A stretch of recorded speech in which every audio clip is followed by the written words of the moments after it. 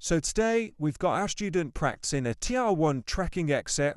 They get off an aircraft heading, they hold that for a couple of seconds to get stable, and then they start to turn left.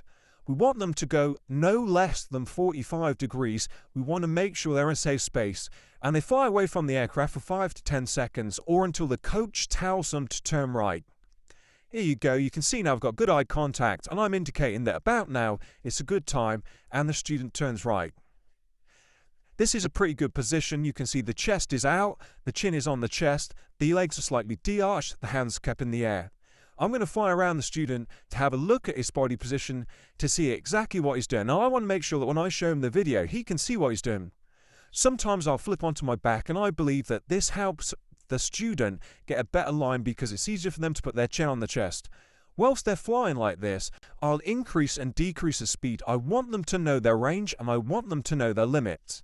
Whilst doing this, I also want them to make sure that they pay attention to altitude awareness and also the hand signals that I will give them. So if I tell them to go left or right, I want them to follow those. But I also want them to be aware of the fact that we don't go down the jump run and encroach on any of the skydivers. So as you can see, this is really good. He's paying attention to everything here. He's making changes and he's flying away. And the best part is he gives a good student wave off any second now and tracks away. So in all fairness, this is a pretty good jump. So what we're going to do now is we're going to have another look again and we're going to recap of what we've just spoken about. So it's chin on chest, the hands are cupped down facing the wind, legs are slightly apart. Again, whenever anybody's a student there, it's always a little bit rocky and it's always a little bit bumpy. I don't want to show you something absolutely brilliant because it isn't really what happens. And in this particular instance, this is a student who was almost on the way to getting TR1, but not quite there then. I wanted it to be realistic. And these were the different angles that we were pushing. So obviously this is one student, so I think it's probably a good idea to actually get somebody else. And the next person we've got is Aisha. And as you can see, she's got a really nice, relaxed position. And this is a side angle view.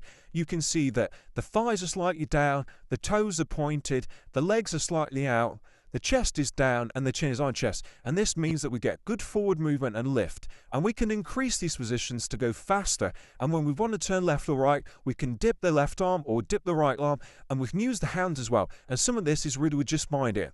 But the beauty of something like this is that at the end of the day, everybody has a great backstory.